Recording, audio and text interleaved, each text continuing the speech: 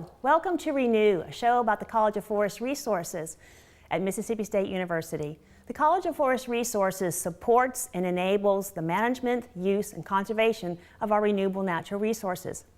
I'm your host, Leslie Berger. Today's show will feature the Department of Forestry at Mississippi State University and its summer field program. Here to represent that program is the director of the summer field program and a member of the faculty assistant professor, Charles Sabatia. Thank you for joining us today, Charles. So tell me about the summer field program. What makes it unique among other programs in the other forestry programs?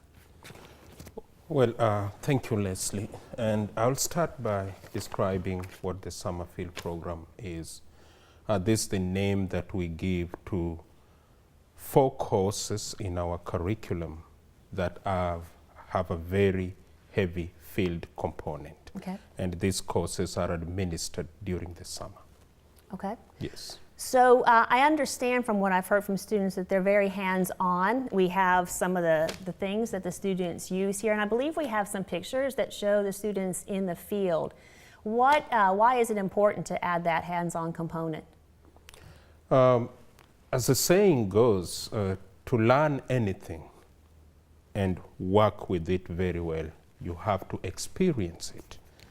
And what the summer field program does is to provide that experience in a continuous manner, uninterrupted, with maybe students have to going to another class or run for an exam elsewhere.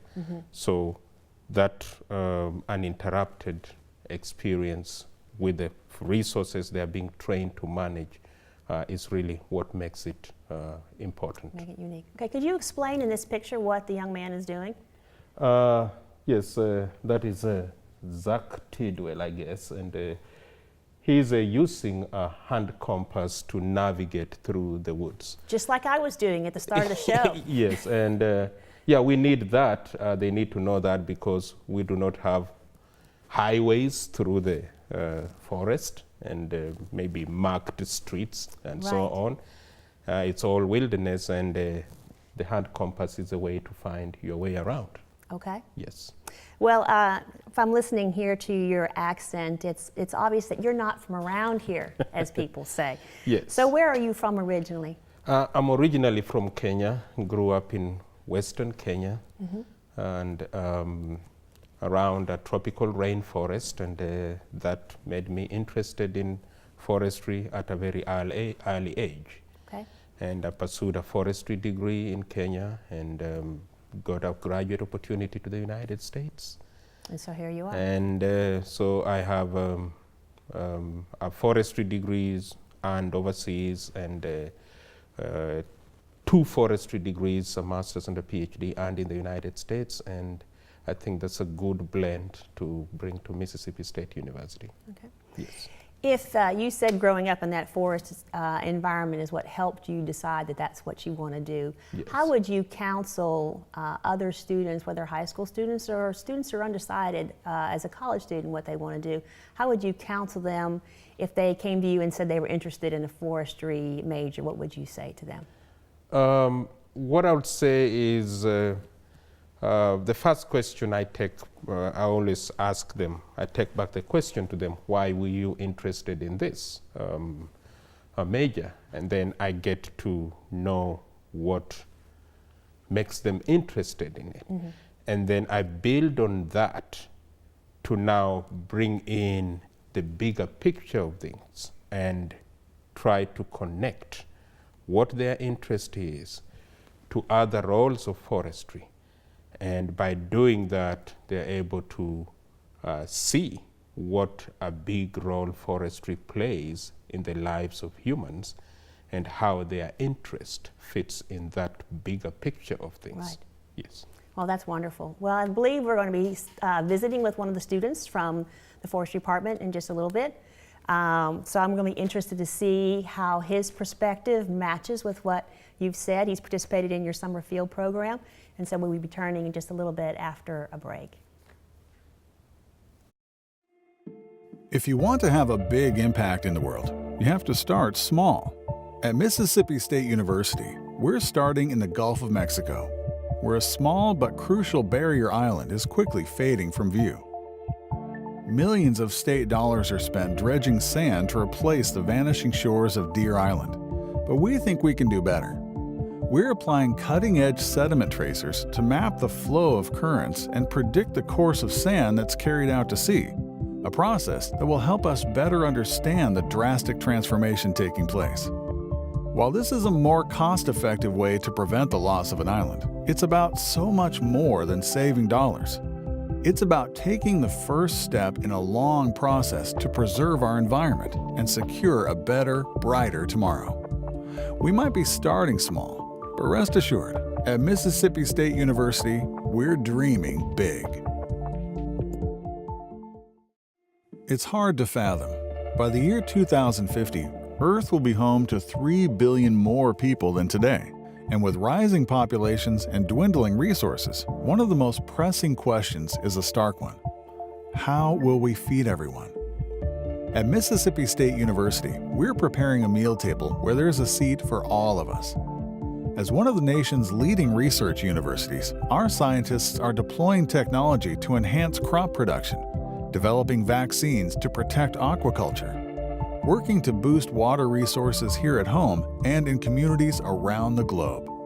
And by partnering with the League of International Universities and the United Nations, we're guaranteeing that global food security is a priority for years to come. As our world grows, so do the challenges. But when it comes to how we will feed everyone, rest assured, Mississippi State has all options on the table. Welcome back to Renew. Joining me now is Jeff Roman Clayton, a senior forestry major in the wildlife management concentration from Theodore, Alabama. As a forestry student, you were required to participate in the summer field program that we were just learning about. So what were some of the key things that you learned in that program? Well, thank you, Leslie. And some of the key things, well, the forestry program is broke up into 4 courses, and you have forest description analysis, forest communities, Wildlife Week, and then a intro to wood supply systems.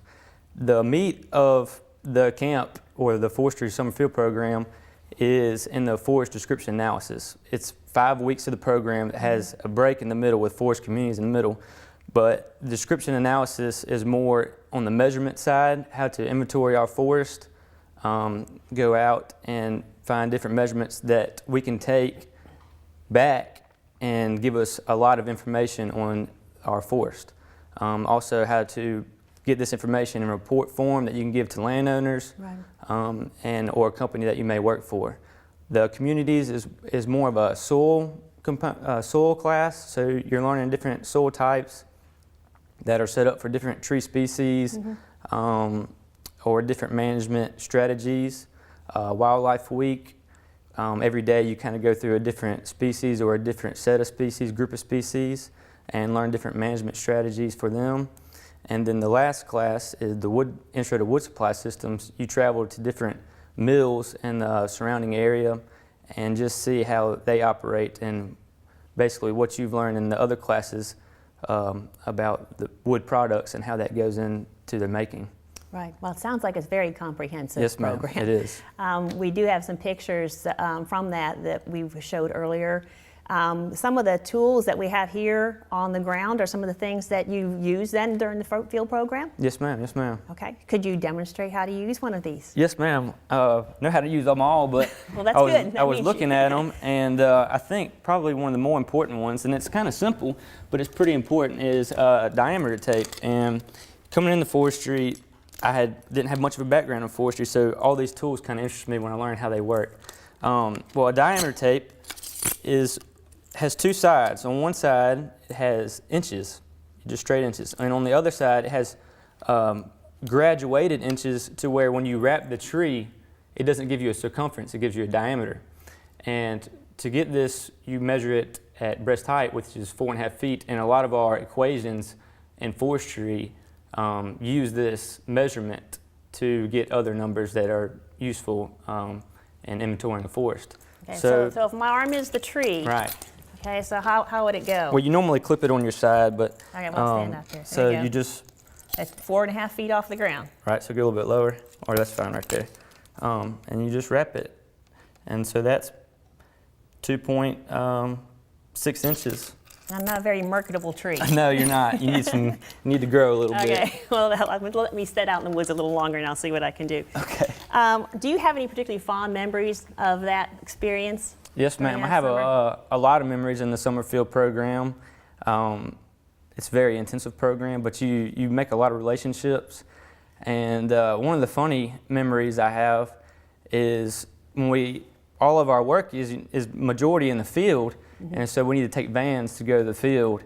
And not to scare anyone, we do take care of our stuff, but one of the vans during the program, the AC quit working. Oh. And so me and a group of my 6 other buddies decided that was going to be our van for the summer. We were going to be the tough guys, and we called it the dust van, because when we'd go down the road, we want the windows to be down so we'd be cool, but it got dusty. But it was just funny because the relationships you get, those guys in that van. I'm getting married here in a year, and they'll all be invited to my wedding. It was some good times, and it was just kind of funny. I don't know, it's like we conditioned ourselves through the year. And at the very end of the summer field program, we had a little party, and we played football. And of course, our team was the Dust Van team. Right. And we killed everybody because we had been conditioned throughout the summer. But it was a lot of fun. It's some late night memories working on different reports, but it's really worth it for sure. So what would you say to someone that was thinking about a forestry career? What would you say to that individual? Well, I think forestry it's a huge industry right now, and I think it's a good route to take if you have a lot of interest in it. Jobs are out there in abundance, and at Mississippi State, I'm an ambassador, so I have to know a lot of the statistics behind things when I'm telling people. And we have a very high placement rate going out into the job. And I have a job coming up with Weyerhaeuser, a large timber company. And so the biggest thing is you're going to learn a lot here at Mississippi State, and companies realize that, and they're going to come to get you. Right.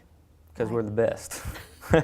You might be a little biased on I that. am a little biased. That's good. That's what you're supposed to be. But it's because All I right. go here. That's true. So thank you so much for joining me today. And I'd like to thank my other guests, Dr. Charles Sabatia, in addition to Mr. Jeff Roman Clayton, for taking time out of their busy schedules to come and visit with me and to share a little bit about the life in the summer field program in the Department of Forestry at the College of Forest Resources. I hope you've enjoyed learning a little bit more about our program, and I hope that you will join me again in the future. In the meantime, I want you to get outside and enjoy the beautiful natural resources we have around here. I've been your host, Leslie Berger, and thank you for coming.